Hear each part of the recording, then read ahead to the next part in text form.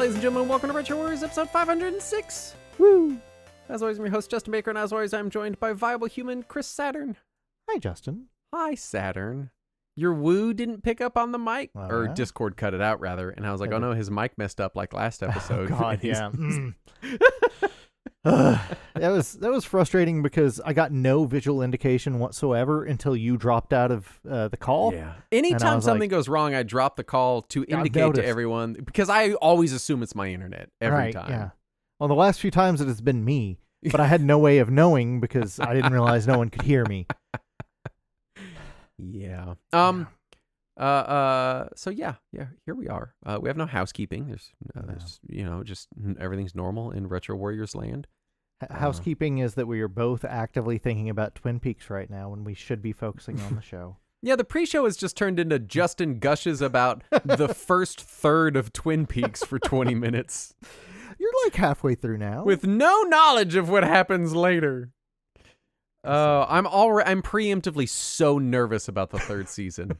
I can't stop talking about it. I got to stop talking about it. All right, we're in show mode. We're doing Anyway, welcome to Twin Peaks Talk. We're doing a God, I would so do a Twin Peaks podcast. Yeah. Oh, that'd be great. All right, my week.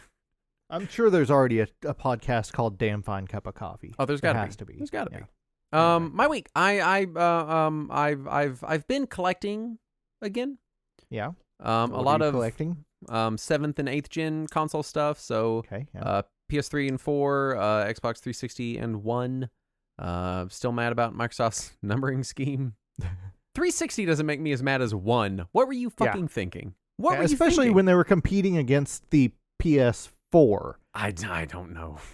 Do you really want to be the 1 next to the 4? That feels wrong. So anyway, I did want to give a PSA out there because I talked about this in the Discord, and I want to just kind of mention to people because I watching this has got me back into watching collecting centric videos and kind of getting a feel for where 7th and 8th gen stuff is, because I realized, and I talked about this previously, I missed out on a lot of like real late PS3 and most of the like PS4 and Xbox One era stuff just because that was prime time for like finishing college, getting married, having a kid for me. Yeah.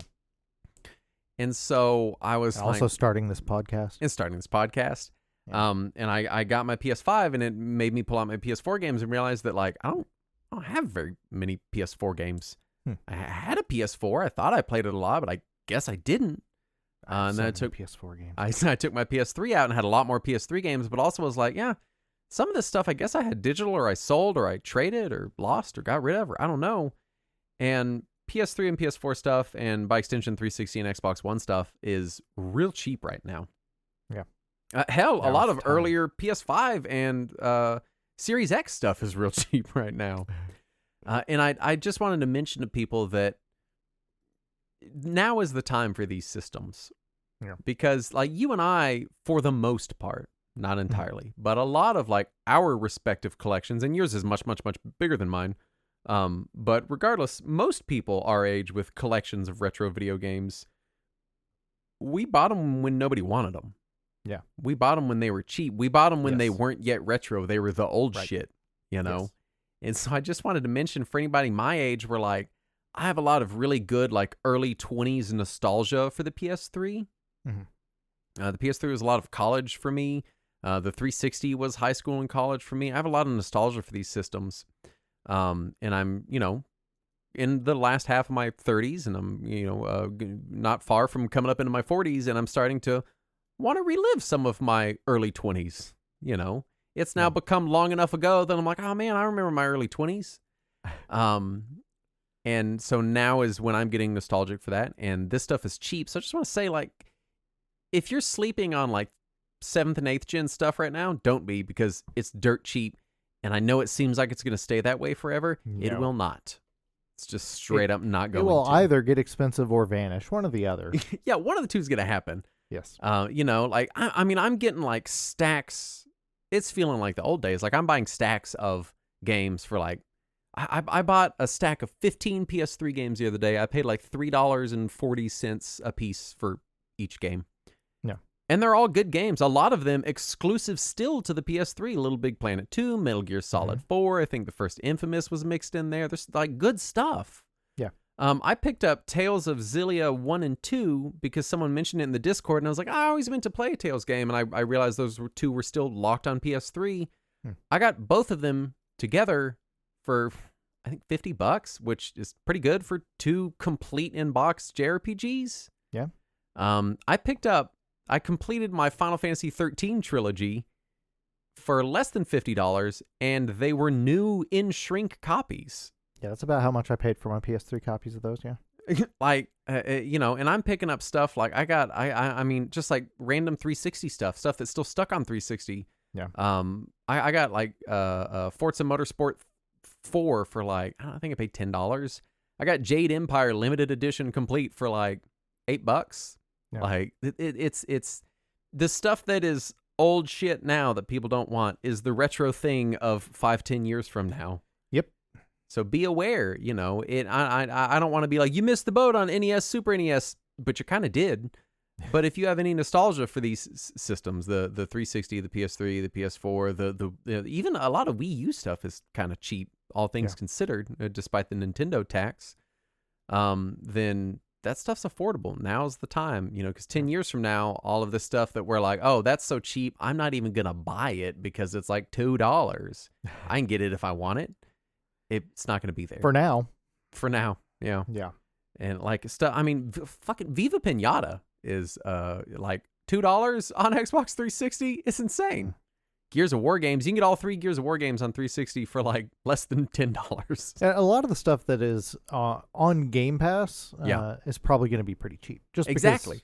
Because the people who don't care about having a physical copy got rid of their copies. Yeah, and the stuff that's on Game Pass and PlayStation Plus and whatever, it's cheap right now, but here's the thing, just like we were talking about last episode. Yeah, won't be there forever. Those subscription services aren't going to be there forever. They're not going to be the same price forever if they are, and they're not going to have the same lineups forever if they are. I mean, next week, Gears of War could get sold to a different company, and all of a sudden it's not on Game Pass anymore. Probably not going to happen, but it's possible. In the grand scheme of the strange trajectory companies take that we cover on this show many times. Right now, there's legislation that's going to cause Google to have to sell off Chrome to somebody else. What happens if Microsoft has to sell off Game Pass to somebody else? Exactly. I mean, Chrome is like, I would have never guessed that in a million years Google would lose Chrome of all things. Exactly. Of all the shit they own. Chrome? Really? Right? There's fear about them having to sell off Android. Yeah. Like there's legitimate concern. Like these things happen. So I just want to throw it out there. They're like, hey, I'm coming out of a Game Pass spree myself of going, I don't need to own that. It's on Game Pass. And me almost losing out on Forza Horizon 4 was a real awakening moment of that reminder of like, you don't own this shit. None of this is yours. I went the opposite direction, even with Game Pass, which was whenever I found a game that I really wanted, I was like, I have to find a physical copy of this immediately. This is a thing that I need to own. I was when I started with Game Pass, but then you just get lazy. I never did. Never got it just turns into a thing where it's like it feels weird paying $40 for a game I'm literally playing right now. My thought is always, but what about later? Yeah. Well, what about later is coming. So I just wanted to throw that out there. I know it's kind of a weird PSA during my week, but it's something that's been at the forefront of my mind, and it's something I've been thinking about a lot. I also picked up Dynasty Warriors 8 Extreme Legends, which, man, it's been a minute since I played a proper Dynasty Warriors that wasn't like one of the Musu spinoffs. Yeah. Oh, they're so good. I don't know if it's been recorded on the show because we don't talk about it much, but I am one of the defenders of the Dynasty Warriors franchise. I think they're fucking fantastic games. They're awesome. I've been playing them since 2 and 3. Just really, really enjoy them. And 8, I never played 8. I skipped 8. I went from 7 to straight to 9, and I didn't enjoy 9. And 8 is supposed to be like the best one, and I never played it. Specifically Extreme Legends. Is there a demo for the new one? I don't know, but it looks like... Yeah, it does look like there is a demo on PS5. It looks very live servicey, rebooty kind of thing. Yeah, and it does look kind of generic-y. That makes me really nervous. Yeah. And so 8 Extreme Legends has just been a fucking blast. It's hard as shit. I forget how hard these games are. But man, it's so much fun. I do love a good Dynasty Warriors. Also, the closest to Dynasty Warriors I ever really got into was Drakengard, because it's just Dynasty Warriors, but every now and then it's like, what if you want to play Panzer Dragoon instead? But I like sometimes. that. Well, you also played the Dragon Quest Heroes games, didn't you? I did. I played through the first one. And I kept trying the second one and never did get anywhere. And it just didn't click with me. Man, I love them. They hit that same spot as Vampire Survivors does for me, where it's like very arcadey, but then every now and then a little bit of kind of almost RPG like decision making, and then back to the arcade stuff. And I like that a lot. I like that kind of fluctuation back and forth. Yeah. My wife also bought a new laptop. She got a Legion i9 4060 in white. And she's so excited about it. We'd been talking about her taking mine and me getting a framework, but just looking at the specs on paper, as much as the framework is an awesome laptop, I can't justify $1,000 additional for hardware that would be so much cheaper elsewhere. Yeah. And so we ended up getting her computer. I kept my Legion that I have. And she's now got a completely overpowered machine. She'd been kind of wanting one for a while. She's on a dying Surface 8. She was kind of talking about it, and I was like, not to bring real world events into the show, but I was like, hey, stuff not from America could be more expensive in the near future. It's true. So just maybe not. I don't know. We'll see what, but it's possible that could happen. So if you're looking to buy a big expensive computer, now might be a okay time. Yeah. And we got a pretty good deal on it. And Lenovo's, we always pay for the extreme Lenovo warranty or whatever, because they just come to your house and fix the shit. I think we talked about that on the last episode. Yeah, which is a couple nice. weeks ago. But yeah, she plays this one chill hop idle clicker game. Nice. And browses Etsy on it on an i9 with a 4060. Perfect. And she loves it. So lots of computer stuff. She's not had like a proper, powerful laptop ever. I think this is her first one, because I let her use mine for a little bit, and she was like, "Oh my god, it loads web pages so fast." and I was like, correct. And I was like, "It does everything fast." And she was messing around. She's like, "It does. Everything just opens like the second you click on it." I was like, "I know." Right. And she like didn't know computers could be like that. She was like, "I need one." Anyway, Saturn, what have you been doing other than fretting about the future collectability of PS3 games? So I had mentioned that I had built this machine, my media computer. So when I got the parts in from Amazon, and most of them didn't work. Didn't work? Yeah, I got a bad board and a bad CPU. Holy shit. And I've heard horror stories about PC parts on Amazon, but damn. Yeah. Also, the SSD they sent me, I was able to get it to work in an external reader, but not in any computer. How weird. Like every computer I tried it in. I tried it in both my desktops and in two of my laptops. Yeah. And all of them were like, there's no SSD installed. So I returned that, and I was like, fuck it. Well, first I thought it was just the board. Because, all these things being bad at once has to be the board, right? Right, yeah, that's what I would assume as well. So I swapped out the board with Amazon. New board came in. I plugged it in. Still nothing. And I didn't want to wait for every single component to get returned to Amazon and come back. So I was like, fuck it. I'm just going to drive to Micro Center. I'm going to drive across town to Micro Center, get a new CPU, get a new SSD, and see if they work. And if they do, then I'll go through the process of returning shit with Amazon. Yeah. And get to Micro Center. It's cheaper than it was on Amazon. Micro Center's got some good deals. So I instead just returned the shit to Amazon. I was like, no, you keep it. I don't want it anymore. I'm just going to keep this cheaper stuff. But while I was at Micro Center, it happened to be the day that the new Radeons came out, the Radeon 9070.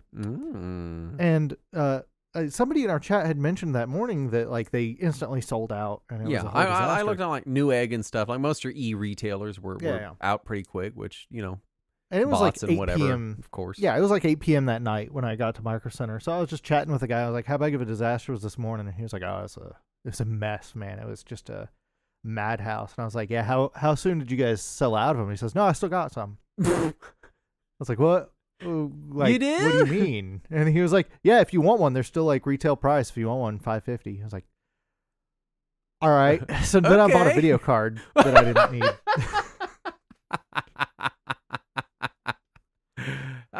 So I bring it home and I install it. Well, first of all, I got home at like 8:50. I'm shocked they had it. I mean, you're in like The Dallas, you're not in Dallas proper, but you're in like the Dallas adjacent area. Like you're not in the boonies. Like this is Dallas Micro Center. This is the center of Dallas Micro Center, the one at Central Expressway and LBJ. All right, then. Because there's only one Micro Center in all of DFW, and it's the one in the middle of Dallas. Yeah.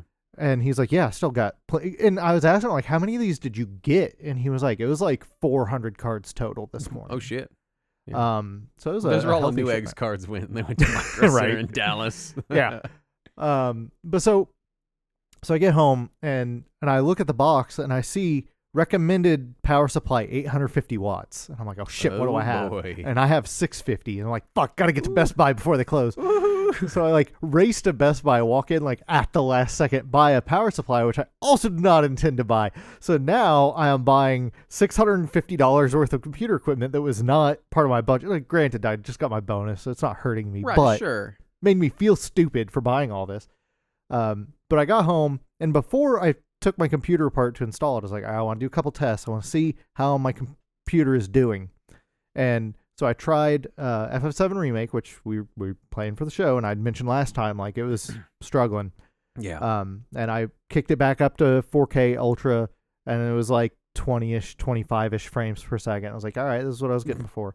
All right. Kill that, load up Silent Hill 2, kick that up to 4K Ultra HD. It's like 12 frames a second. Oh, my God. Cool. Great. And then I had gotten Monster Hunter Wilds free with the Ryzen CPU that I'd gotten for my new desktop, which I'll explain how fun that is in a second. But I tried that out, and it was like maybe 20, 25-ish frames a second after it spent half an hour to compile its shaders. Yeah. And then I put the new video card in and the new power supply in. I seal it all up, and all three of those games 4K Ultra 60 frames a second. Nice. Beautiful. Almost solid too. Yeah. What's more, because I've got the little indicator on Steam that shows me my FPS at the top left right now. Yeah, keep that on. Just so I can test it. Sure. And in Monster Hunter, even though my display is only a 4K 60, it's showing me that I'm getting 110 frames a second. Oh, wow. Yeah. Which is impressive. It's because that game actually supports the FSR4 new tech, whatever is in this. However, I did learn something that I'd forgotten from a long time ago. When you buy a new video card on day one, you're a beta tester, and your computer's going to crash all the fucking time. Yes. Because the driver is not yet equipped for this brand new piece of equipment that just came out. So welcome to your beta test. Enjoy constant blue screens. So I'm also dealing with that. But how fun. But it is neat. It is nice to have a new top of the line video card for once. Well, it's not top of the line, but it's, new tech, very high end video card, and it works really well. Very happy with it. But let me explain what it's like to redeem a game that you get free from AMD. All right. Yep. In order to redeem a game that AMD claims comes free with your processor, one, you have to be running Windows. You cannot be running any other operating system. Okay. That already sucks. Which I was not planning on installing Windows on this new machine, so I had to temporarily install Windows on this new board and CPU and everything just to do this. Mm-hmm. Two, you have to have an AMD account, which that's fine, whatever. Everybody needs to have an account these days. So I signed up for an AMD account. Three, you have to download their AMD check tool, which will check to ensure that you are using the hardware with the correct serial number attached to your rebate. Little weird, but yeah. And then it has to link your AMD account to your Steam account. And then your Steam account has to be installed and running on the machine on which it verified the CPU. Why don't they just print a code on a piece of paper and put it in No the code. box? No code. You have to do all this. You never get the code. It just immediately dumps it into your Steam account. So it didn't come with a game. It came with a fucking chore in a data collection outlet. Exactly. And of course, as soon as this was done and it dumped the game in my Steam account, I immediately took that drive out of this machine, put the new drive in there, and installed Proxmox like I'd intended to. Yeah. But, God, what a giant chore. And then right after I did all of that, new machines working, video cards working-ish, and Monster Hunter is redeemed, everything's good. I got an email from Micro Center saying, hey, you're eligible for a free copy of Monster Hunter for having bought this new processor. Now, is this an additional one, or are they saying? Yeah, because I got the one from Amazon, and now I got the one from Micro Center. Well, shit. But I can't redeem it unless it is on the same hardware attached to the Steam account. It's a giant pain in the ass. But I still have it, so maybe someday I'll force someone to come to my house, temporarily install Windows, and let them redeem it by the end of next week or whatever it is that this expires. So, yeah, it's a giant pain in the ass. When they tell you that the game is free, they need to put a giant fucking asterisk there. I need to know. I know the answer already. But the idea of you playing Monster Hunter is very exciting to me because I love. I've barely Monster gotten. That's what I figured. I've not gotten anywhere. It's always been so curious to me that it is such a checklist game, and you're such a checklist gamer, and you're like, nah, not my thing. But it is also a skill thing. It's very much like an action game, so I could see it. I just loaded it up just to make sure it would work. I created a character and got through the intro cinematic and looked at the little frame rate meter. I was like, that's really neat. Yeah. When can I exit the game? I've been told that this one is the most like, it's like, here is a 20-hour story that we are telling you, and then the game. Yeah. So I don't know. I'll let you know if I get to it, but it's not on my immediate list. Yeah, which is the thing that I don't like. But in my head, I'm like, Saturn might like that. He might like that. It's like much more like, here is the action. Like they've all got narratives, but the narratives are, there's a big scary monster and we need to kill it, but we got to kill all the little monsters to get to it. Like that's just kind of it. You know? Like I finally got into the game to check the frame settings right before we started recording today. So I'm sitting there like desperately trying to skip cutscenes just so I can exit out of the game so that I could get into this call. Yeah. So that's how far I've gotten in Monster Hunter. I'm very curious to see how not only you find Monster Hunter in general, because I don't know that you really even tried to play any of them other than maybe like a shot one time. A couple of the demos, yeah. Yeah, but specifically this new one because it's so different. So I'd be curious to hear. Yeah, I'm going to give it a shot. I'll let you know. Let's do the news. Yes, sir.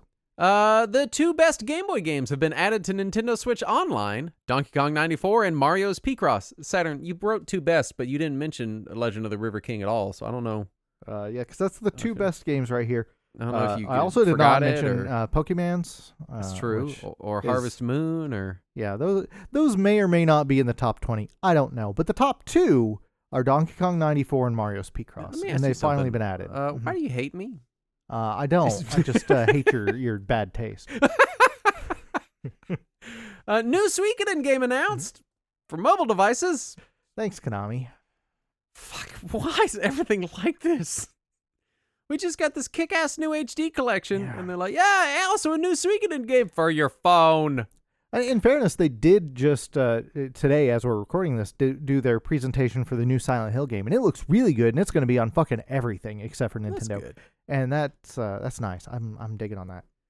A new Super Mario Wonder bundle of the OLED Switch has been announced, presumably to clear out remaining stock before the Switch 2 release. No shocker here. They've done a lot of different bundles, so there you go. And a couple weeks ago, people were like, "Oh, the Switch stock is running low. I wonder if they're out of them." No, they were just holding off for this bundle. No, they're not out. They're going to sell it for the next 2 or 3 years. I think maybe through the end of this year. You think that's it? I think they keep it going. That's how the Wii U went. Wii U went a little real different. Fast. It's a little different. True. But this is also fully backwards compatible with the last one. I don't know, man. I could see them keeping it on for at least another year, or at the very least the Switch Lite on for another year. Switch Lite, I think they're going to keep on. Yeah, I could see them keeping that on. Switch Lite has probably got another year or two. I could see them keeping it on, knocking $50 off the price, and being like, yeah, this is the one for little kids if you just want to get them playing Mario Kart or something. I don't know. We'll see. Yeah. Lego announced an official 1,900-piece Mario Kart set for Mario Day 2025, which is March 10th. Which is neat. I'm sure it's $500, so I'm like whatever. Yeah. But it's cool looking. $11 million, cool. Yeah. More leaks point to a new Xbox branded handheld, but they also indicate that it might just be a handheld PC or a rebadged ROG Ally. Yeah, possibly. Which I'm not against. Yeah. Obviously, I would love a discrete Xbox specific machine, but also. Right. If it's already not going to be playing Xbox games I have on a disc, then it might as well be a PC, because... Right. Might as well just be running Game Pass streaming. Yeah, like, it's one of those things where I'm conflicted, because on the one hand, I like game consoles. I want game consoles to exist. I want to see more game consoles, and I love discrete handhelds. But also, they're all just fucking x86 PCs anyway. Why the fuck Yep. can't everything just run anything? Like, Yeah. there's no logistical reason why PS5 can't run a Windows game. Like, Yeah. it's Well, the OS. Yeah, OS is the only reason. Is my point. Exactly. Like hardware wise, they're just computers. You know. Exactly, yeah. So I will see. Apparently, I was speaking of them just being computers. I was reading that the super sampling, the upscaling that Sony and AMD made for the PS5, is what is powering my new video card in my computer now. So apparently, it was because of the PS5 Pro that AMD was able to make this tech and make this card work as well as it does. See, there you go. Consoles moving Just a computer. things forward. Yeah. Square Enix announces a 30th anniversary celebration for Chrono Trigger. How exciting! Maybe a remaster of some sort, or just new game. Maybe. No. What about Chrono Trigger 2? I guess it'd be 3, but I don't know. 4. So far, all we've I guess it would be 4. So far, all we've gotten is a discount on the mobile port. Yeah, they said there's going to be some art and some making of stuff and stuff like that eventually, but not yet. So why do they hate us? I don't know. What did we do wrong, Square Enix? Square Enix has been trying to act like they hate me for decades now, so I don't know. Remedy is releasing a free update for Control on... you know what? I'm going to go back. At least do an HD 2D of Chrono Trigger of all the fucking games. Seriously. Oh, it would be so good. It's not even a very super long game. It'd be a lot easier than some of the other shit you do in HD 2Ds of. Just give it to us, you assholes. Oh, yeah. It'd be so good. I know you got the engine. It would be no effort. It'd be a weekend of development. Remedy is releasing a free update for Control on PC and consoles to add in all previous pre-order exclusive content and previously platform exclusive content to all users. I feel like this should be legally mandatory. I feel like any game that's like, all right, after 5 years, you have to put out an update that makes all the pre-orders, like it could be some long amount of time. I don't care. This is like the Valve thing where we're always saying where they're doing the bare minimum and getting rewarded for it. Yes. And that's really what this feels like. And I'm still ready to reward them for it, but it does feel like it should be the bare minimum. Beyond the Ice Palace, a platformer for the Commodore 64, Amiga, and ZX Spectrum, just received a sequel on all modern platforms. Yeah, it's supposedly a hard-as-nails search action game. Oh. Yeah. Well, how exciting for those Amiga fans out there. Scopely has acquired Niantic's video game portfolio, including Pokemon Go and Pikmin Bloom. The futures of these games are kind of up in the air with this transition going on. Yeah, I imagine... Nintendo and or the Pokemon company still have some input on how I imagine this will that go. Contract is extremely defensive in their favor. Yes. So I wouldn't expect immediate changes and everything. However, this company is known for their aggressive and predatory microtransactions, so who knows? Yeah. SNES consoles appear to be slowly getting faster over time due to, I think it's a degradation in the processor. Is that what it was? Something like that, yeah. Which is weird. Yeah, concerning. That's unfortunate. And just kind of a thing that is going to start happening with this old hardware. Yep. We do our best to preserve it. And this is why emulation is the truest form of preservation, because it will outlive the hardware that will inevitably crumble no matter no matter what we do. It's eventually going to fall apart. Yeah, and we can keep making, boutique designer replacement hardware with FPGA chips and everything. That's great, and I'm glad that we're doing it, and we should keep doing it. But the carts are also going to give out, and then we can make reproduction carts. And then at what point have we ship of Theseused it out of being authentic in the first place? I think we're long past the ship of Theseus situation with a lot of this stuff, where it's just like my repro cart on my repro console. Yeah, I can only play the most authentic experience on my modded console that outputs at a higher resolution than the original console ever did. RGB to my PVM.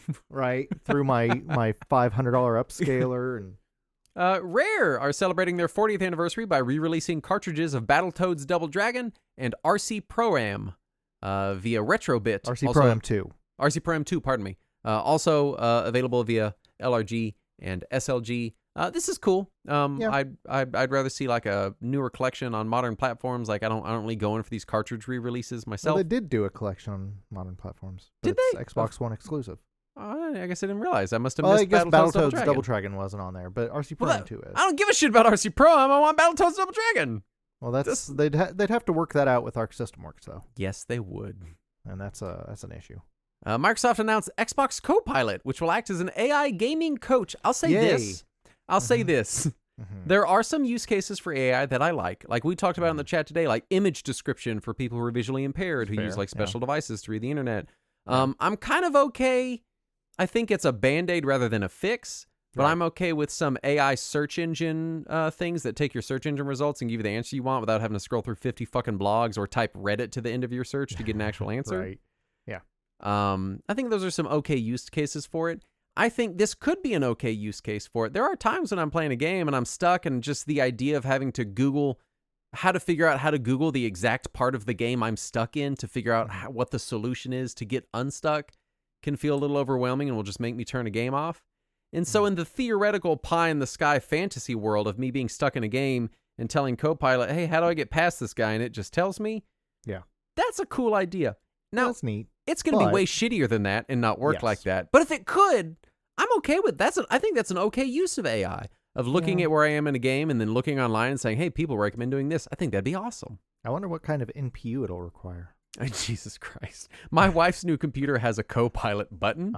Yep. All of them do now. She opened it up and I went, ew! Yeah, it's actually a requirement of a Windows license now, is you have to include a physical Copilot button on the PC. Fucking gross. And you're seeing some of the mini PCs, like the little tiny miniature Project Kit PCs now, are actually including a Copilot button on the physical case because they don't come with keyboards, because it's part of their Windows license agreement. So stupid. Yeah.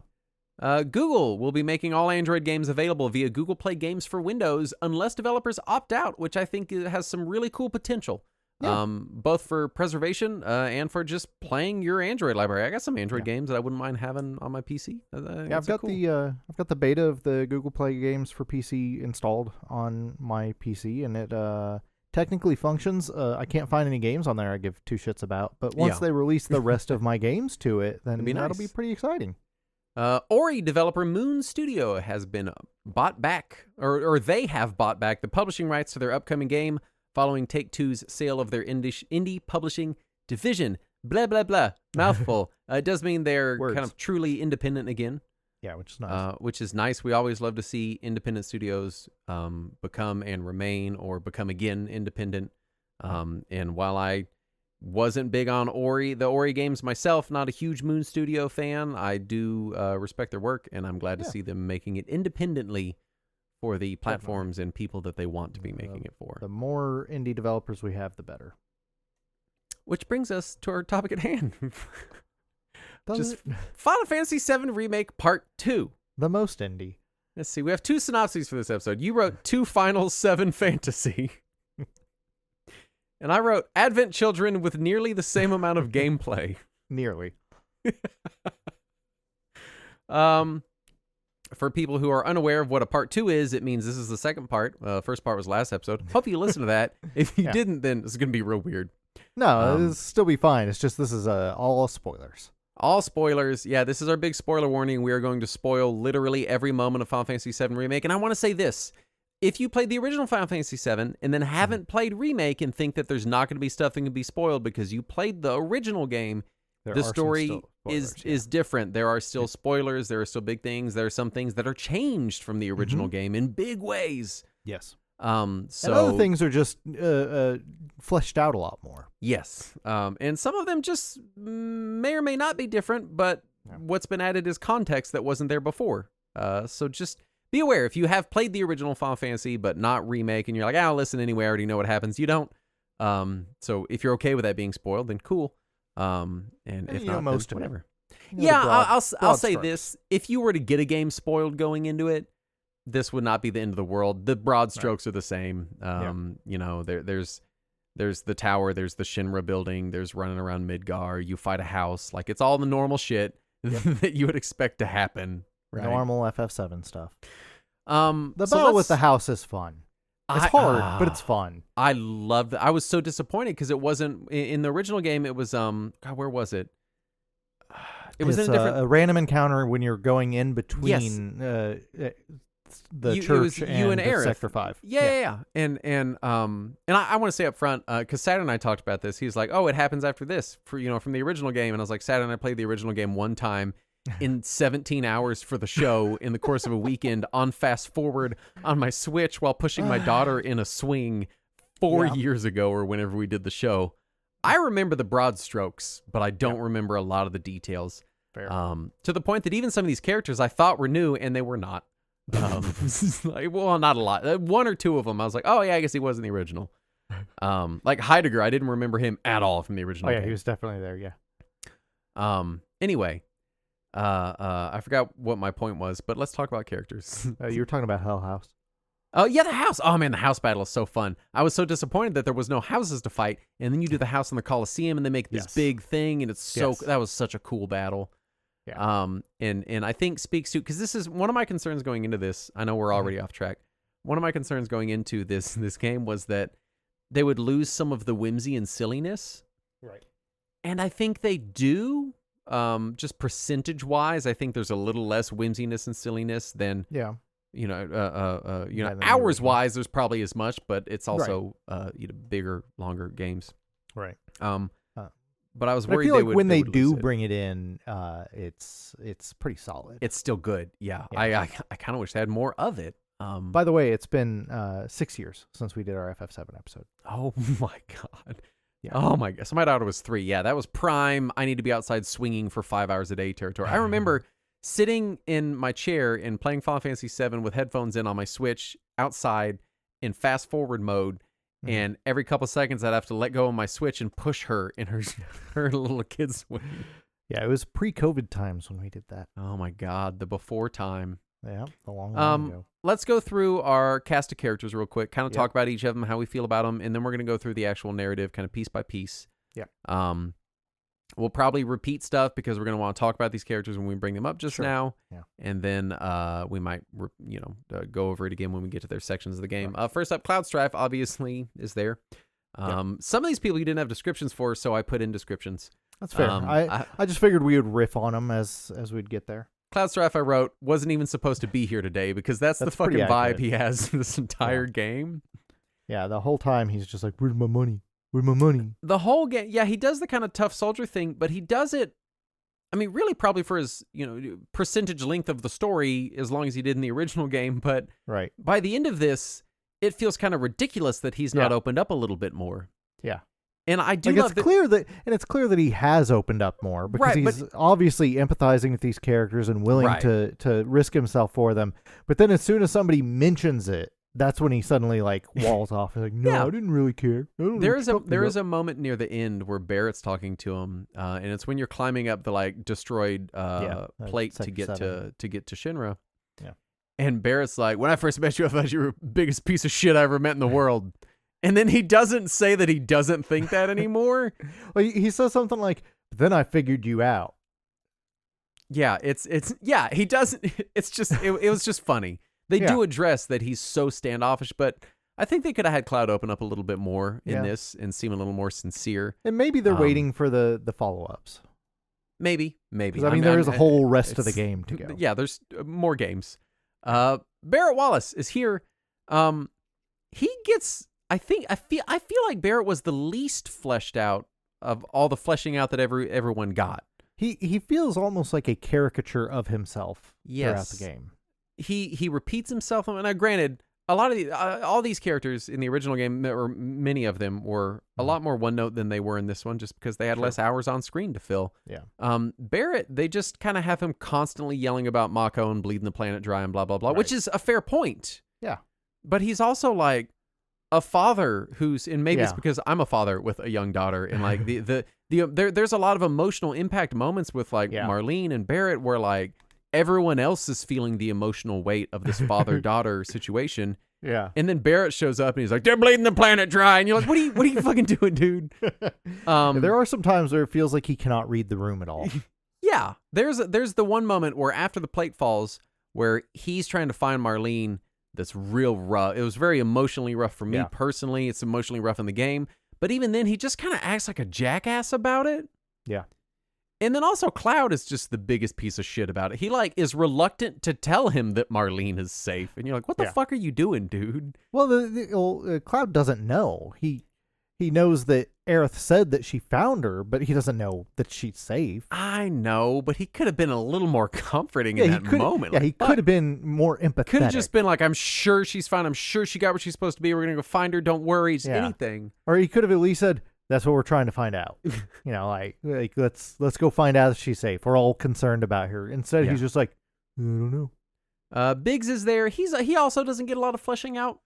He gets more than he did in the original. Definitely more, but he's still just kind of like one-note, snarky side character. He's neurotic. They do give him a little side bit where they discover that he gets neurotic before every mission. Okay, yeah, that's something. Yeah, that's his entire, and also he is Charlie Sheen.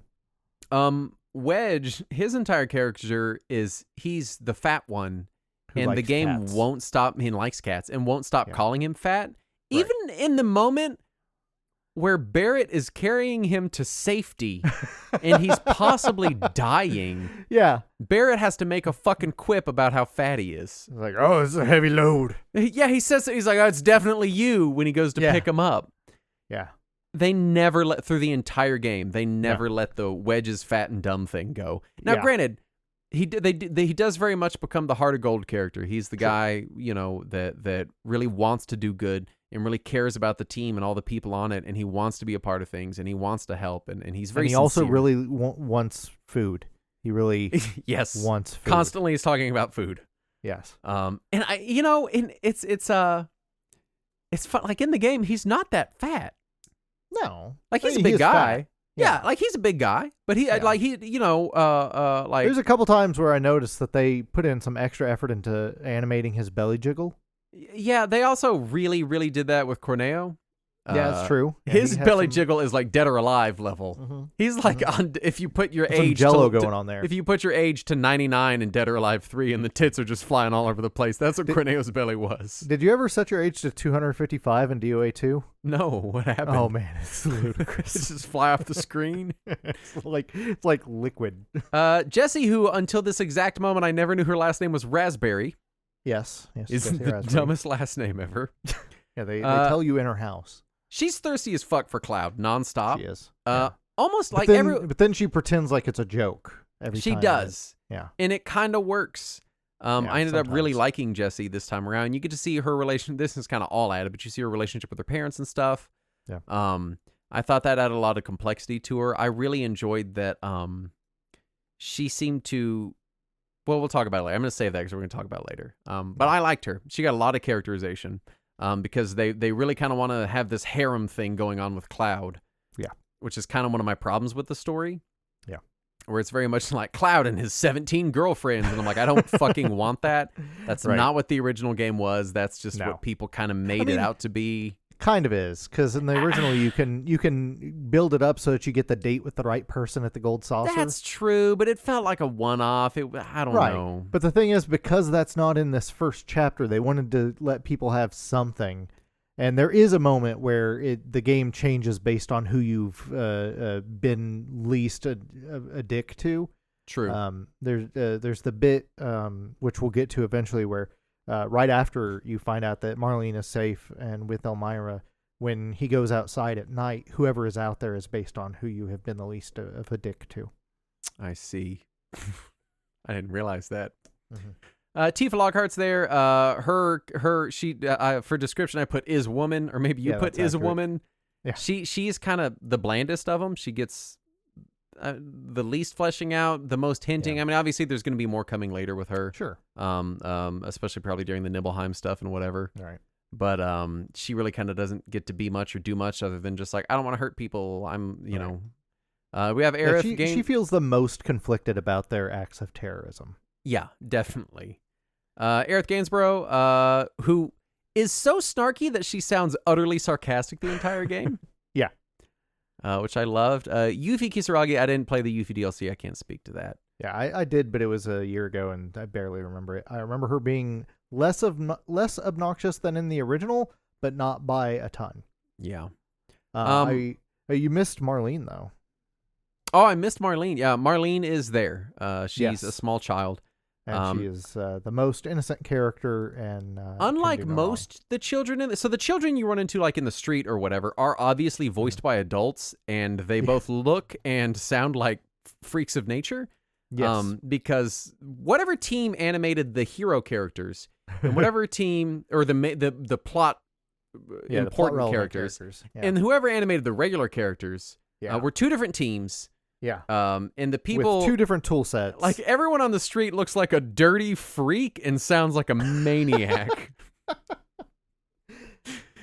It feels like they had their casting director who cast all of the main cast, and then somebody on staff was like, "Hey, we still have to voice everybody else," and they're like, "No, I've already left for the day. You guys figure it out." My favorite fucking scene. God damn it! It's right after you just blew up the first Mako reactor. And you're on the plane, and there's all these like Shinra suits there all arguing about Avalanche. And they're like, who could Avalanche be? And the camera pans over to 7-foot wide Barrett Wallace with a machine gun arm and Cloud with a 9-foot long sword standing there, both of them peppered with materia. Yeah. And they're just like, oh, hello, fellow train denizens. Are you also on? Like, what the fuck? They're clearly Avalanche. I read one of the interviews with one of the developers. They were like, just the fact that Barrett is walking around with a giant gun on his hand is going to make most of the scenes ridiculous the more realistic we make this. Yeah. So we've just decided we're going to ignore that entirely. It's ridiculous. I don't want to read through all the bad guys and all the other characters. I'm just going to hit the highlights. So if I skip one you want to talk about, then we can come back to it. Sephiroth, we got to mention. Yeah. He's just kind of omnipresent in like weird flashbacks and stuff, and visions that Cloud is having. I think he works really well in this way. You put in it, there's kind of more like a force than a character. For most of the game. I think he works well in this. I think you can't have a Final Fantasy game and not have Sephiroth in it. And I think because there's most Final Fantasy games do not have Sephiroth. Pardon me, a Final Fantasy VII game without Sephiroth in it. Yeah. You can't put Final Fantasy VII in the title and not have Sephiroth. That's like not having Cloud. You can't do that. Was he in Dirge of Cerberus? I didn't play that because it was Dirge of Cerberus. Yeah, it's pretty bad. But I think he works well this way. It makes him feel kind of otherworldly and more interesting. I want to talk about Corneo. He was one of the bad guys. He was great. What a I just want to mention Heidegger is mostly forgettable in the game, but after I beat the game the first time and saw in the credits that he was voiced by Bender, now every time I replay it and I just hear Bender when he's talking, it's so much better. He's a much better character now. Even like Hojo didn't get to do much. Rufus just like fucking appears. Hojo gets that whole extra chapter at the end that he did not have in the original, where he's like tormenting you in that area. But even then, he's just evil scientist. Yeah, it's just cackling and walking around behind the scenes. Right. The Turks are there. The Turks. I feel like their characterization was a little bit better than it was in the original. Definitely deeper. Sang kind of had the least of them. Sung, pardon me. His was kind of he was just kind of present for a little bit of it. Yeah. Reno and Rude kind of got the spotlight there. Yeah. And you do see a little bit of them, differentiating themselves and having a bit of a relationship with each other near the end when you have the fight with him. But no, you are correct. Corneo had the best characterization of any of the villains. Corneo was great. He was so fucking disgusting. Sleazy. I hated him. I love this version of him. You really fucking hate his stupid guts. He's such a slimy little worm. I loved him. Just the worst. Absolutely loved him. Corneo. I also like all the characters that are adjacent to him in Wall Market, like Leslie and the three dipshits that you have to impress. Oh yeah, the three whatever. The three dipshits I didn't give a shit about. They were fucking annoying. I liked them. You had the Chocobo dude and Madam M and Andrea. I thought all three of them were great. Andrea was the only one that I actually thought was fun and interesting, and you barely saw him. Yeah, well, they keep building them up, and then when he's there, he's just like a dude. I forgot Johnny was in the original game. Oh yeah, he's the guy who stands outside of the Gold Saucer or the Honeybee Inn. I do enjoy the Johnny saga. I went through every Johnny bit that I could in the game.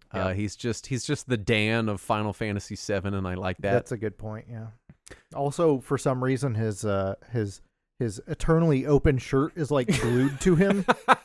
Yeah, he looks like a PS3 model. Like, what the fuck happened? My favorite part is he calls Cloud bro all the time. Every and Cloud time, is like, please stop calling me bro. And he's like, okay, bro. It's great. I do like that you get to have a night on the town with Johnny when you're in Wall Market. That was fucking funny as hell. I had completely forgotten that the characters Mireille and Kyrie were in there until I replayed it. I don't know who the fuck those are. They were in the notes, and I was like, who? Mireille is the guardian angel lady. Oh, yeah. Okay, yeah. The guardian of the slums, yeah. Yeah, Kyrie is her granddaughter. Her thief granddaughter.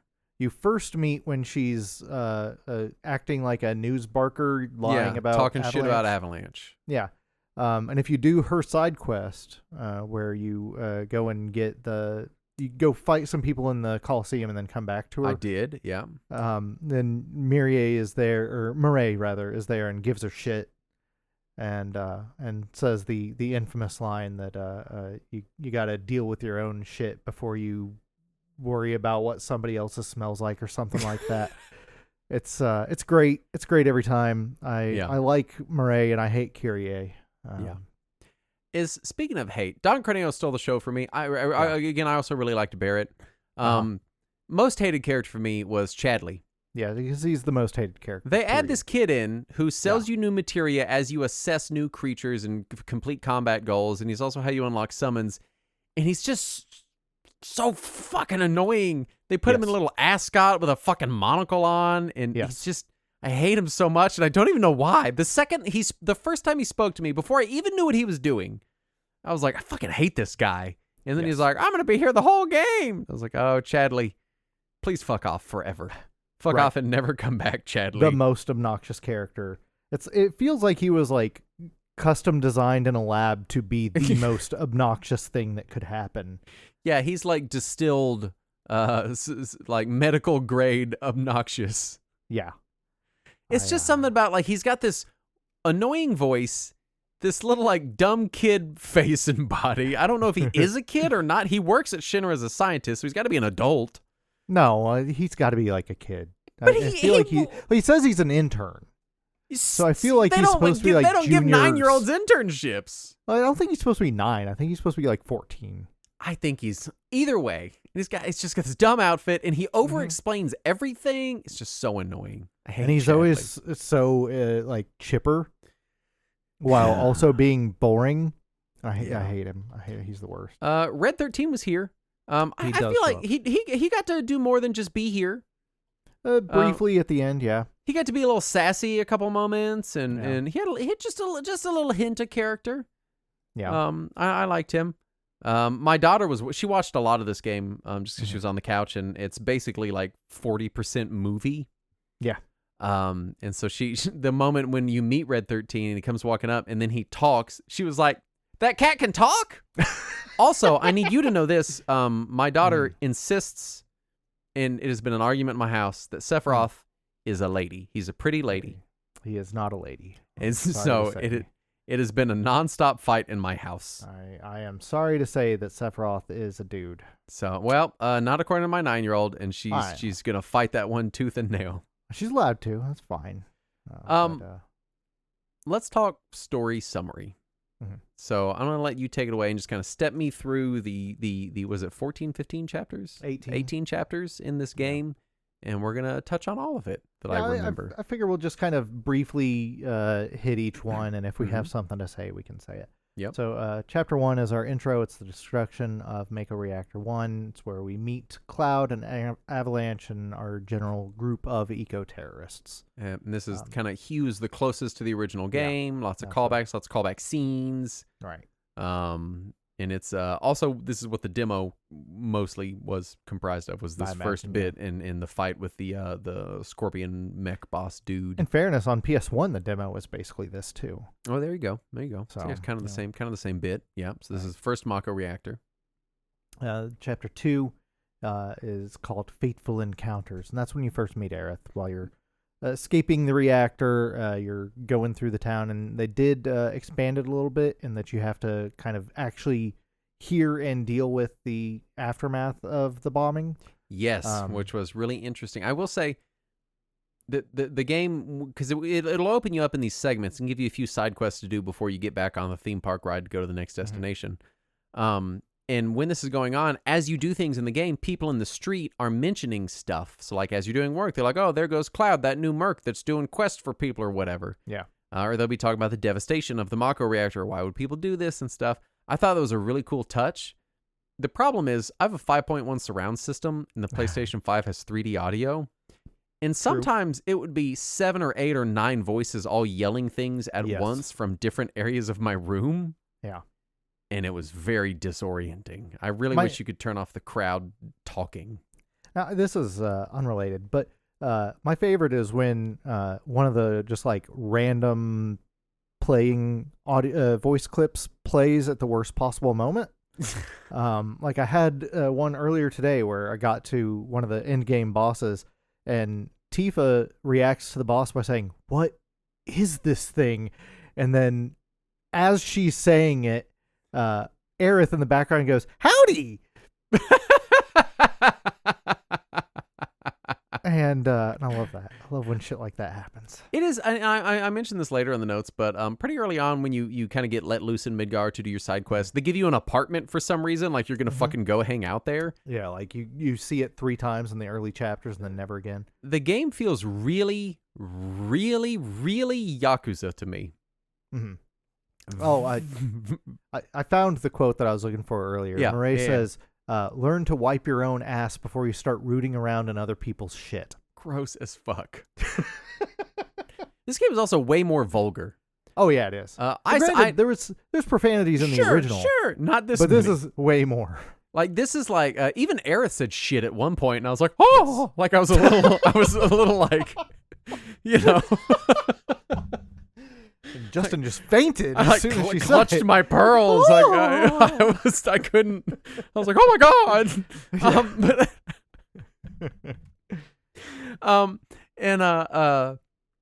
Yes. So there's one person I forgot. I didn't think to record a video. I recorded a lot of videos and screenshots from the game.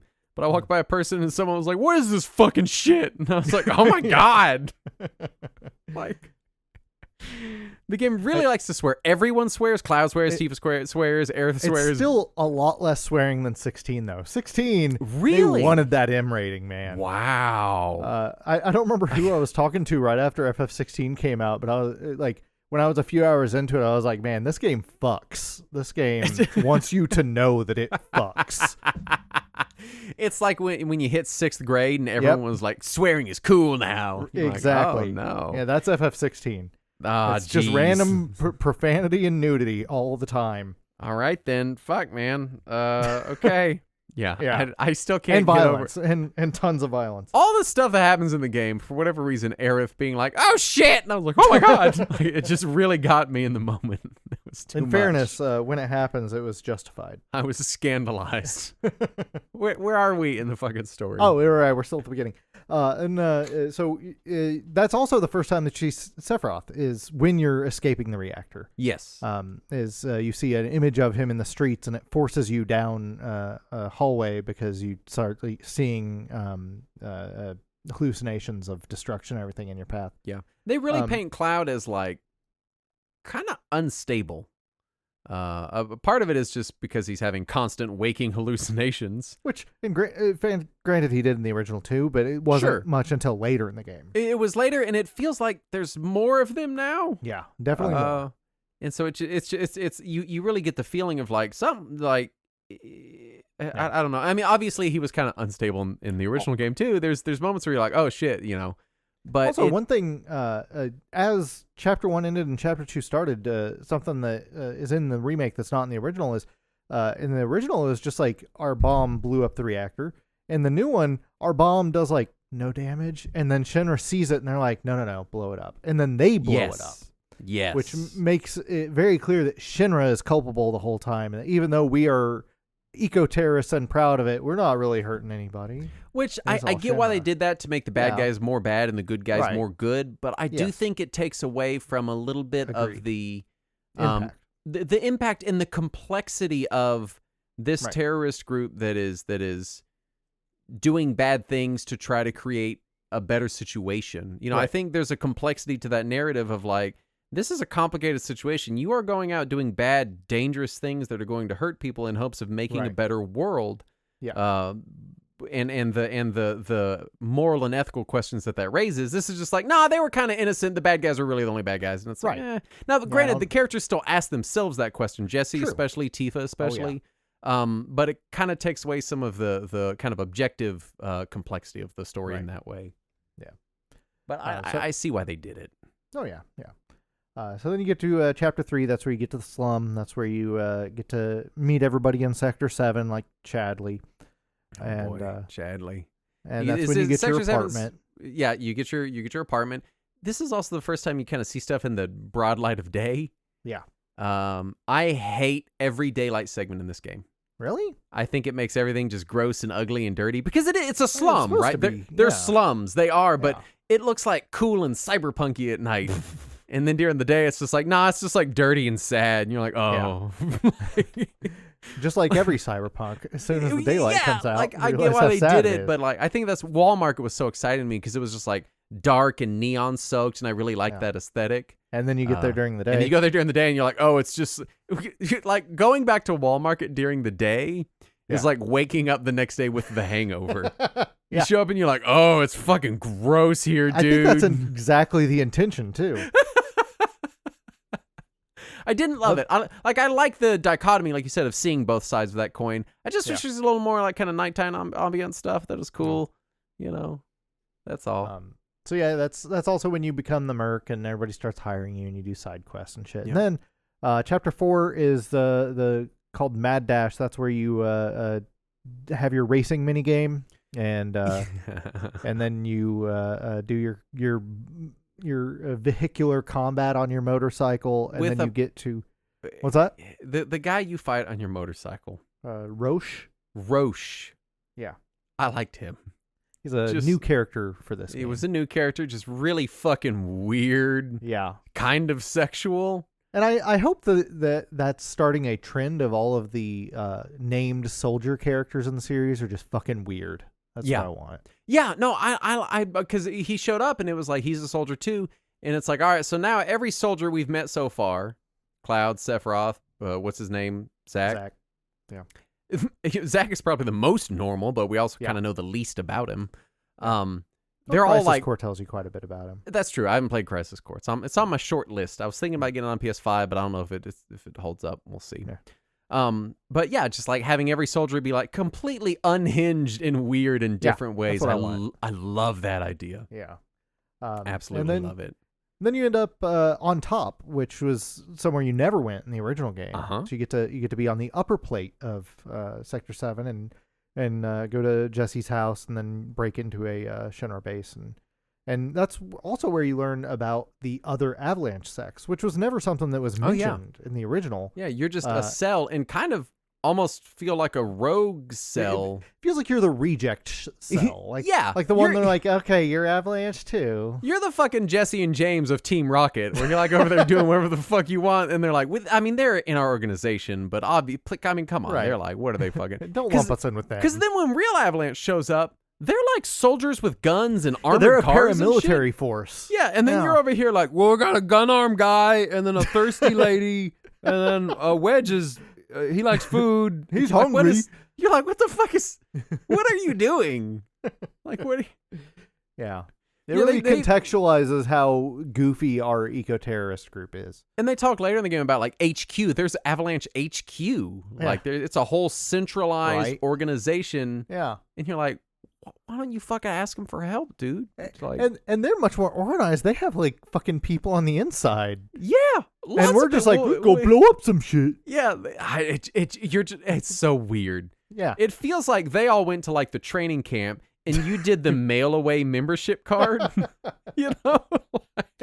They went to the summer camp, and you just filled out the ad in the back of the comic book, and you're like, I got a membership card. I'm in Avalanche. Yeah. Yeah, definitely. I will say, I like that you got to go topside. Mm-hmm. Yeah, me too. I wish they had played up a little more of the how topside is nicer and the rich dichotomy. People. Yeah, they played up the dichotomy of like the rich people physically living on top of the slums. Yeah. because you don't really see much of what's topside. You see like a half a city block. You see the inside of one house, and it's teeny tiny and makes no sense. Yeah. Did you look at your mini map while you were in the house? No, I guess not. Because it's literally the kitchen where Biggs and Wedge and Jesse are. And the hallway where you enter, and that one bedroom you go in, that's the entirety of the house. Yeah, there are people in the slums with much larger houses than that. Yes. That doesn't really make sense. No, it doesn't. It bothers me every time. I did like the whole topside segment. A lot of it is just building the kind of Jesse as a love interest thing. Right. But one, I think it worked really well. Two, I thought the score was great in that segment. Yeah. And three, I thought it was just kind of generally really fun getting to run off with characters that we didn't get to spend much time with in the original game. You know? Yeah, characters that were basically forgotten side characters in the original getting fleshed out, and I like that. Yeah. Where are we at? Chapter 5 is a dogged pursuit. That's where you are headed towards Sector 5 to go blow up a second reactor, but you get caught on the train by the security scan, and you have to run through the tunnels. Yep. Very similar to the plot of the original. Then Chapter 6, Light the Way, is you're in the underside of the subway tunnels, and you have to go through catwalks and turn on lamps. It's one of my least favorite areas. Yeah, these are all sounding samey and blended together. I can't even picture some of them in my head. Yeah, it's a lot of light-based puzzles and stopping fans and shit. I didn't enjoy it as much. Then Chapter 7 is called A Trap Is Sprung. That's when you actually get to Mako Reactor 5 and you blow it up. But before you can blow it up, you're ambushed by Shinra, who then frames you for blowing it up while blowing it up themselves, even though you were trying to blow it up, which feels like a bad plan by Shinra. It does, but I do like that this kind of sets the tone for Shinra doing, like, their whole bit is like, hey, we are doing this media smear campaign, which feels a little more relevant in modern times than maybe in 1997, of like, we're going to use these streaming these video feeds and cutting audio strategically to paint these people in a specific light. And how convenient is it for Shinra that there happens to be this one junior incompetent sect of Avalanche that they can use as the patsies to make all of Avalanche look bad? And their whole thing is they're painting it as the Avalanche are Wu-Tai sympathizers because they're on a ceasefire with Wu-Tai right now, which I don't remember if that was in the original game or not. There was the backstory of Midgar or Shinra specifically being at war with Wu-Tai, and I think somebody does mention that they think that Avalanche is working with Wu-Tai at one point. That was kind of it. Yeah. But they do build that up a lot more. So I like this idea of like Shinra is doing everything out in the open. Yeah. Because they're not even worried about the consequences because they are controlling the entire narrative. Yes, they control the media. So, I think that's an interesting. I think that adds an interesting angle to them, other than just being like absolutely evil bastards. Yeah, and it definitely is contextualized differently in modern era. A lot of this game feels a lot different in 2025. Yes. It hits a lot different than it did in 1997. Granted, a lot of that is intentional. Sure. I get it. Writers did flesh it out more in that way. I think it's good to add context like this in modern times, to recontextualize it into what does this look like today, while still keeping the base narrative roughly the same. Right. I did think you do fight that big hover thing at the end of this section. Oh yeah, that's true. And you have that stupid section leading up to it where you have to take key cards and choose which parts of it you're going to disable, which didn't really fucking make sense. Like, how do I know what I want to disable on an enemy I've never fought? Yeah, and it really doesn't make enough of a difference. Like, it tries to tell you beforehand. It's like, if you disable enough of this part, it won't be able to use this attack. And this is also a section where you see more mini games. This game is, like original Final Fantasy VII, full of weird, like, button pushing mini games, timing mini games, moving robotic arm mini games. Yep. And in 1997, that kind of variety in a JRPG was cool and exciting. Yeah. In the 2020s, it's like, okay. Yeah. Some of them are so pointless because, one, you can't fail them. Right. Or rather, you can fail them as much as you want, nothing happens. Right. Yeah. Things where like Aerith and Tifa have to push a pump at the same time, or pushing buttons at the same time. And you're like, this isn't visually impressive. No. This isn't mechanically impressive. No. You're just doing it because, ha ha ha, I remember how Final Fantasy VII had a lot of mini games. We have a lot of mini games too. Yeah. Some of them are kind of cute, but I think overall, like, I would have been fine if they weren't there. Yeah. None of them is so long or annoying that I'm like, this sucks. Yeah. But also, they don't add anything. They just exist.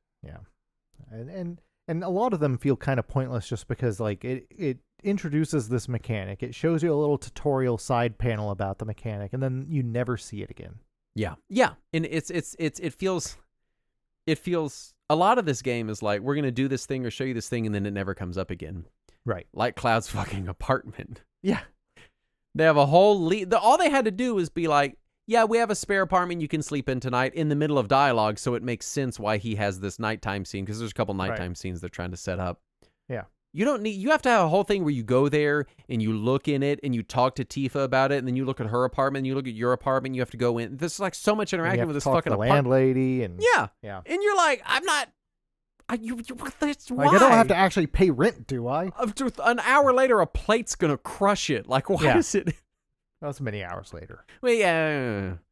Where are we? We're on Trap Sprung, so we're coming into chapter 8. We've blown up Mako Reactor 5, and then you fall into the church and you meet Aerith, and that's when you properly meet Aerith. You also meet Reno and Rude and a bunch of the Sector 5 townspeople, and for some reason Chadley's back. Yep. And this is another kind of open section where once you sort of settle the story stuff, it's like, hey, wander around the slum and do quests for people. Yeah, you get to meet the little kid that dresses like a Moogle for some reason. That was weird. You collect Moogle medals and you can buy things. The problem with the Moogle medals is they make it pretty clear early on that you're going to need to buy some story-specific stuff with Moogle medals. Mm-hmm. Yeah. And I was perpetually worried I wouldn't have enough, so all I bought was the songs that I needed and the quest items I needed.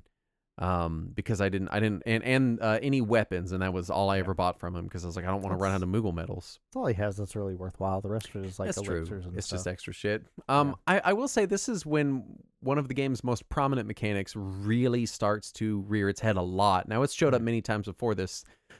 The primary mechanic of Final Fantasy VII Remake, beyond the combat, beyond anything else, is Cloud turning sideways to slide through tight spaces. Yeah, that's a problem I have with a lot of modern games, where they hide their loading zones with this like forced squeeze through something or forced duck under something, or worse. In this game, there's a handful of times where just you arbitrarily walk slowly so someone can catch up with you for a minute. I hate that. There's a lot of like forced speed walking and movement, tons of it. Yeah. But in this one in particular, one of the main hub areas of this part, this slum, is that you have to go talk to these kids, and they're in this little hidden kid fort area, and you have to slide through the area to get there, and then to get out of it, both directions is another slow crawl slide out area, which is just, this is one of the things that I feel like 10 years from now is going to age the worst about this game.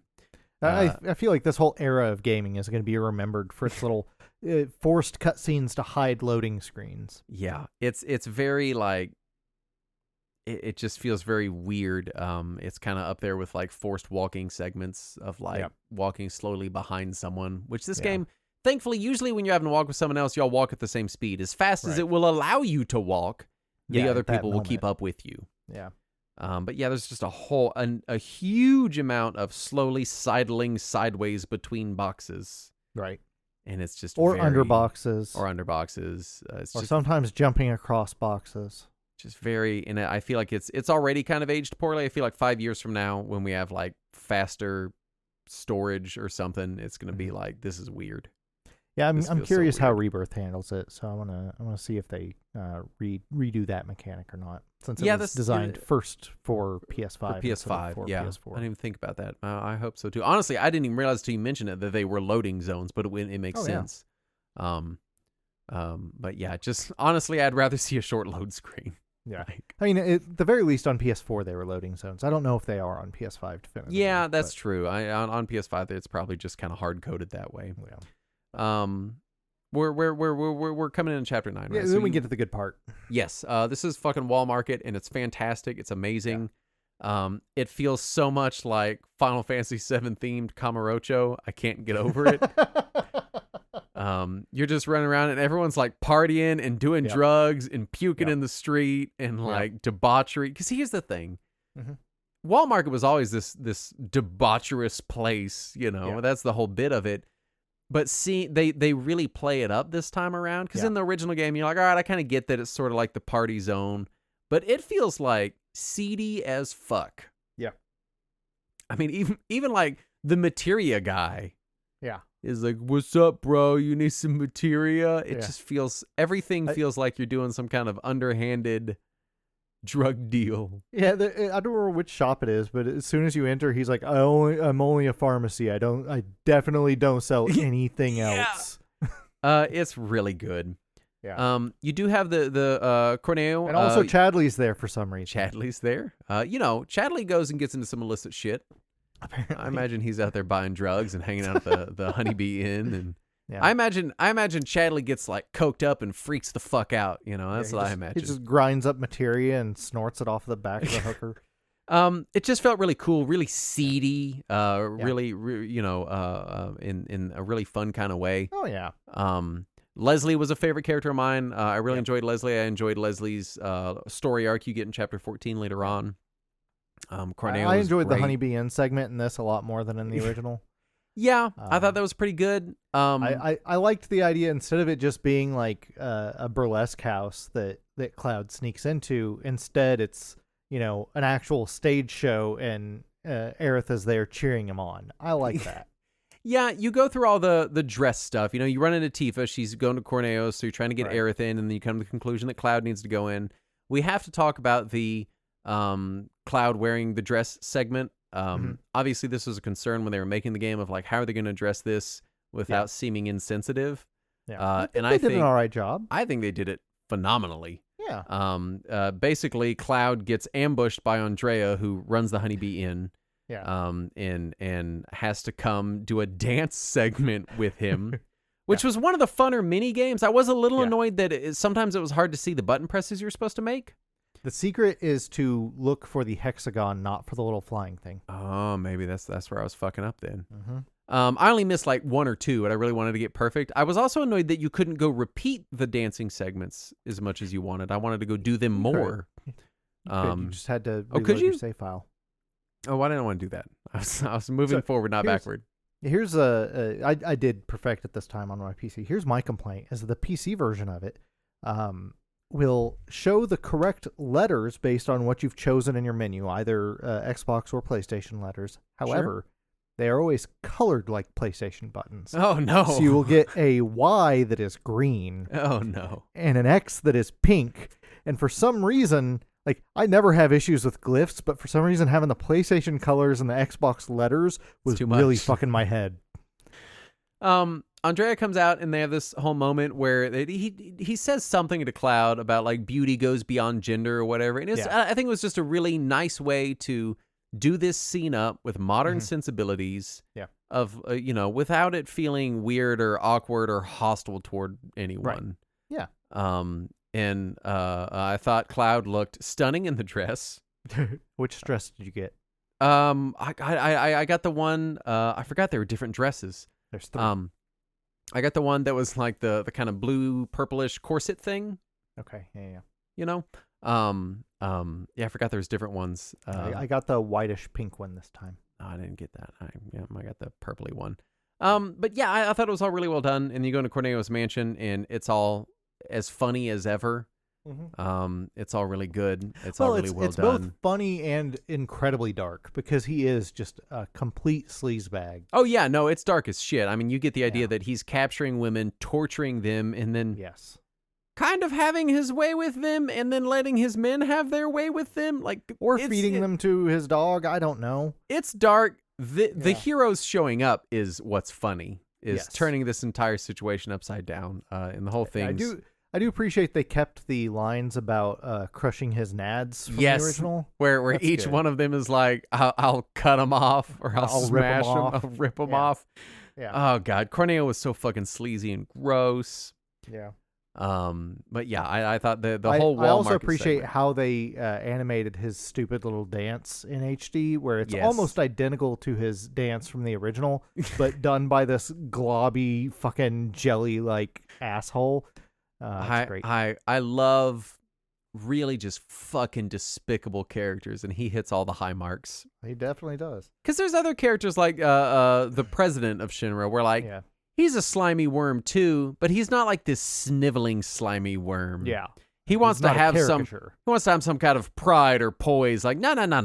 I want the down in the gutter, slimy, sniveling worm. I want the character. guy that RoboCop is coming after. Yeah, that's what I want. I want the guy about to get shot in the dick by RoboCop. The real piece of shit. That's who. Wall Market was great. I thought the whole thing was great. My only complaint was that there was virtually no combat, and so that's true. But granted, you didn't love the combat, so that's probably a plus for you. I really enjoyed that. By the end of it, I was like, I want to fight some shit. I haven't fought some shit in a few hours. Coliseum. That's true. Coliseum was there. And Hell House. Hell House was what a highlight. Yeah, what a ridiculous Hell battle. House was awesome. I died so many times to Hell House my first time playing. Really? Oh yeah, like 4 or 5 times. Hell House, I don't think I game overed on. I think I got that one all the way through. I assessed it. It explained how it all works in the little yellow box description, and I just kind of followed that. I don't remember what it was that kept killing me about it, but I just could not have enough ATB to heal myself and also damage it. And then this time I had no problems at all. I just breezed right through it. Yeah, we got to move forward. We got to get through more of this game. All right. Then you're in the sewer because Corneo drops you in the sewer. He does. After your encounter with him. You climb out of the sewer. It's basically the same as in the original. Then you go through the train graveyard, which has some annoying boss fights. Annoying fucking boss in the game. Yeah.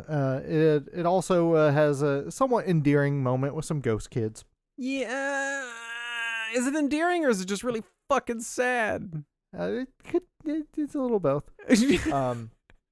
But then right as you start to feel like it's sad, then they make you fight that fucking boss. So fuck it. Yeah. Then you get out of the train graveyard, and that's when you see Shinra trying to destroy the pillar and crush Sector 7. So in my Windows 98 port, the top of the pillar boss fight was when the game would crash and never boot again. Oh, nice. So I've played up to this section so many times. Well, they said they were going to crash the pillar, but instead they crashed your computer. Yeah, see, something was going to crash. Yeah. I thought the pillar scene was really cool. They have the thing where they keep cutting between you and Aerith running to save Marlene. Yes. And I like that they cut back and forth to build tension here. Yeah. But both sides feel like they took way too long. Yeah. Like, how much debris is going to explode in front of Aerith before she just fucking dies? This is definitely one of those bits where the whole world is meticulously crafted to explode right behind you or in front of you. And she at some point she saves another kid, and when she's saving the other kid, so literally helicopters are crashing into the ground behind her. Yeah. And she saves Betty, and when she's saving Betty, she's walking as slow as physically fucking possible. She doesn't want to disturb the child. Fucking throw the child! You're just trying to save her life. Chuck her and go get Marlene. Yeah. I do like how it shows like the moments where you encounter Biggs and Jesse. Biggs and Jesse as you're climbing up the tower. That's true. That's very, very emotional and touching. It is, and this is where they are supposed to die. In the original, they do. I know, but they don't die here. No. They leave it up ambiguous until they leave it ambiguous, and then Wedge shows up, and then right at the very end, Biggs shows up, and it kind of implies that Jesse must not be dead either. Yes. But what I don't get is you literally sit there and talk to them until they breathe their last breath. And then they're fine. It's not like they blew up off screen. You're like, maybe they survived. I assume after the plate came down, somebody found their bodies, and that person happened to have some revival material. That must be it. And so they just cast rays on them, and it was fine. It was very weird that they lived. Like, on the one hand, I like that they changed something like that for people that played the original game and makes it different enough that like it's a surprise that you didn't see coming. Right. But also, and I also like them as characters. They put a lot of characterization into them, and I enjoy their characters. Yeah, I would like to see more of them in that. But also, if they're not going to die, don't kill them. Yeah. And then make them come back. Just let them not die. And also, where were those fucking whispers? We've forgotten to mention that this whole time. But we have not mentioned whispers the whole time. There's these fucking whispers that keep showing up anytime somebody starts to deviate from the plot of the original. And the whisper things, these little cloaked ghost, what are those things in Harry Potter? I don't fucking... Oh, Dementors. Dementors. I Yeah, do know that one. Those things. They basically look like Kmart those. brand ring wraiths. Yeah. They keep showing up anytime somebody starts to deviate from the PS1 plot and force people into what they're supposed to be doing. Where are they here? Where are they when Jesse and Biggs are supposed to die? Let me say this. I do hope...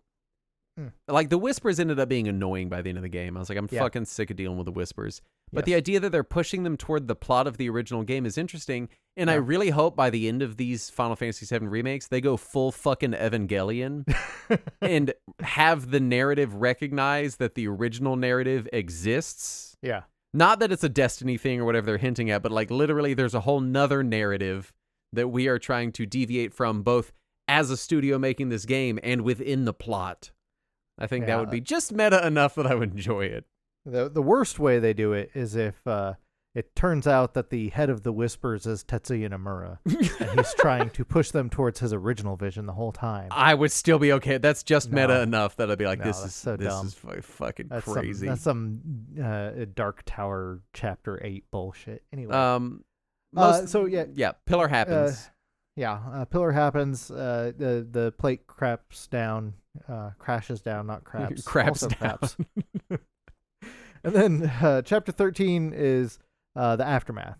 Your characters survive. Sure. They're learning about the other characters that have survived, which they were able to evacuate more people than they otherwise could have. And they find Marlene with Elmira, and she explains about Aerith's past. They also go back to Sector 7 and find Wedge, which is new. They really, and they have a whole underground segment there where you fight some weird Shinra experiments, which I thought was kind of cool, and Barrett got to shine a little bit there. Yeah. I do think it was interesting that they really want to show the devastation of a plate falling, but also, like in the original game, it felt like the plate falling, it's like literally everything is destroyed, it's all gone bye-bye. This is like, no. People survived and stuff survived, and it just kind of broke a lot of shit. Yeah. Which I don't know. It's a little more realistic, I guess. Yeah, I suppose. Closer to what an actual disaster like that would be like. Yeah, it's not just, oh, that's gone now, don't even go back. Like, they would go back and be searching for people and looking. It makes sense. And that pushes us into chapter 14, which is kind of the biggest chapter. It's got the most side quests. It's the cleanup chapter. It's like, after this shit, we're going to wrap up all the side stories. We're going to do Leslie's side story. We're going to do everybody's side story.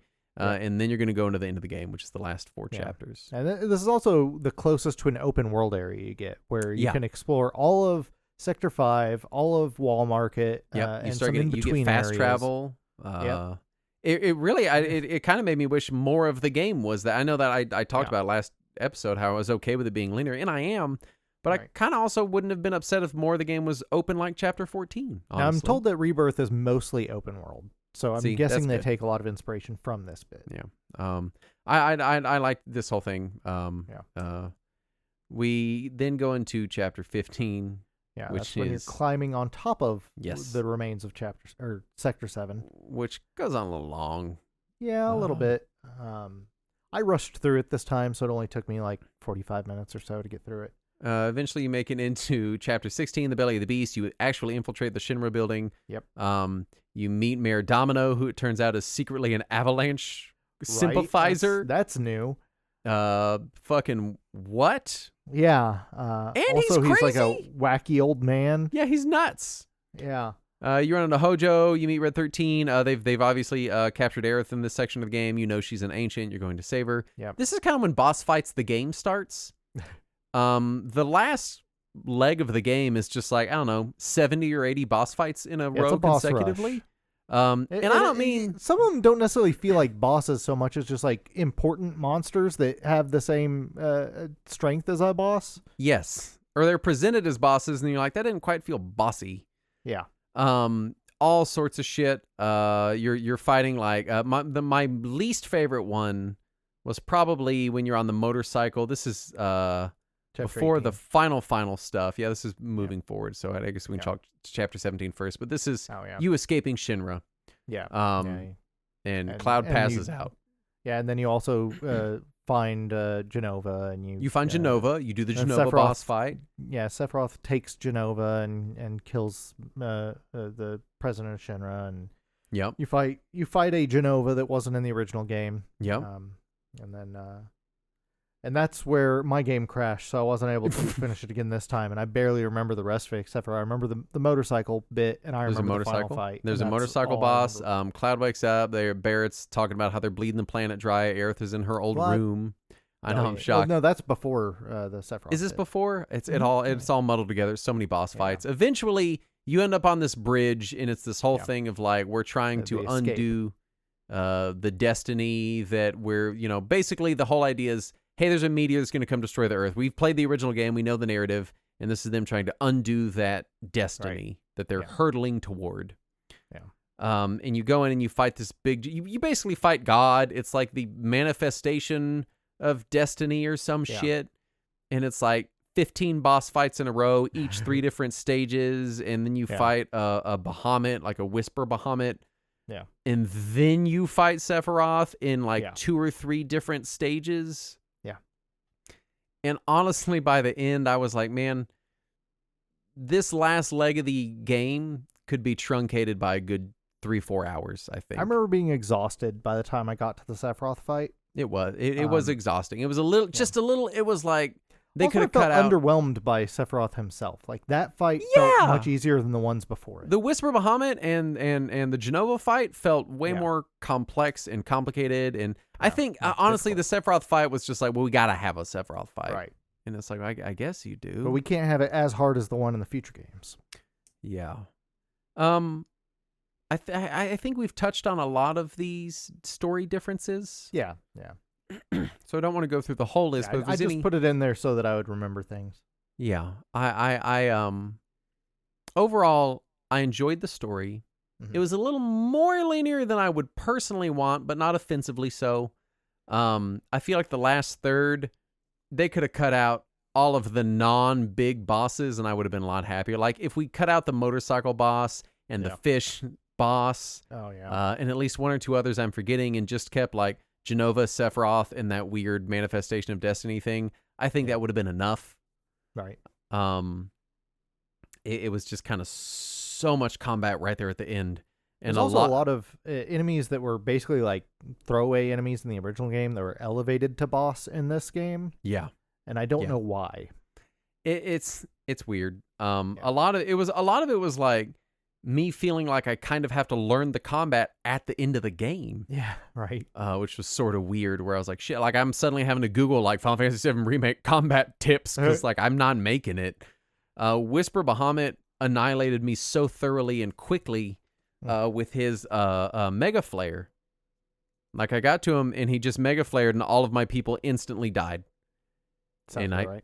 And I game overed, and that was a boss fight that before you get to Bahamut, you have to go through 3 consecutive sections of fighting 3 simultaneous bosses, and if you die in any of it, you go all the way back to before the cutscene. And so that was the moment where I was like, he killed me so fast, and I had to fight so hard to get to him that I may not be, I don't know if I can beat him, and I can't, it's not like I can go grind, I can't go anywhere, I can't leave.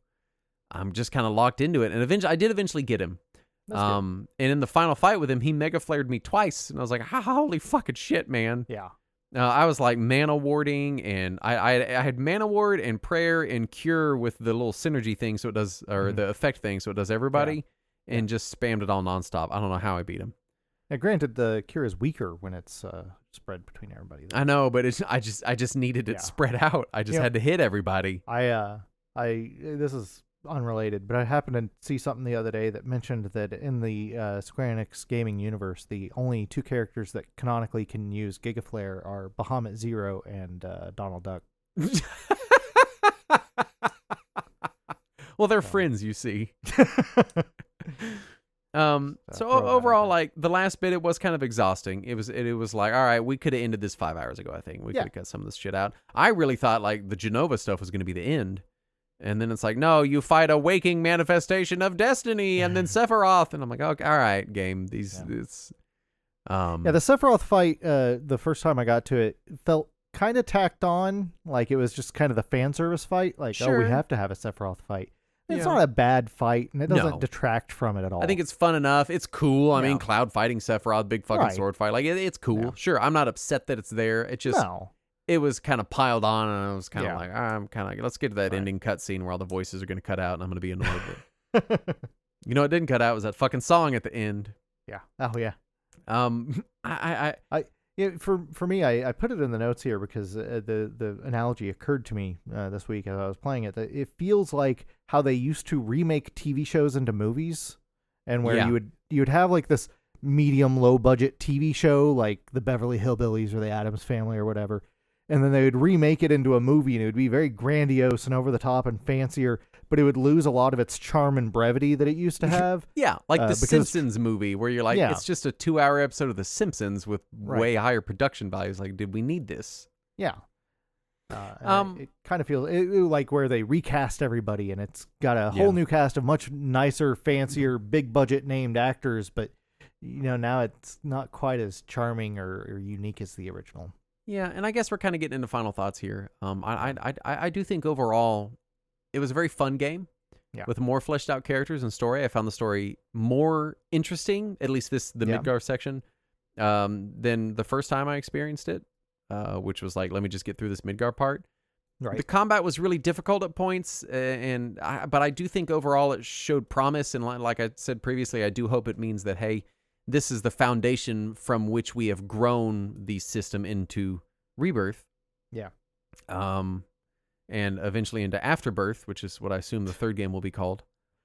They already said what it was going to be called. I don't remember anymore. What is? Oh, you don't know? I was curious. I don't remember.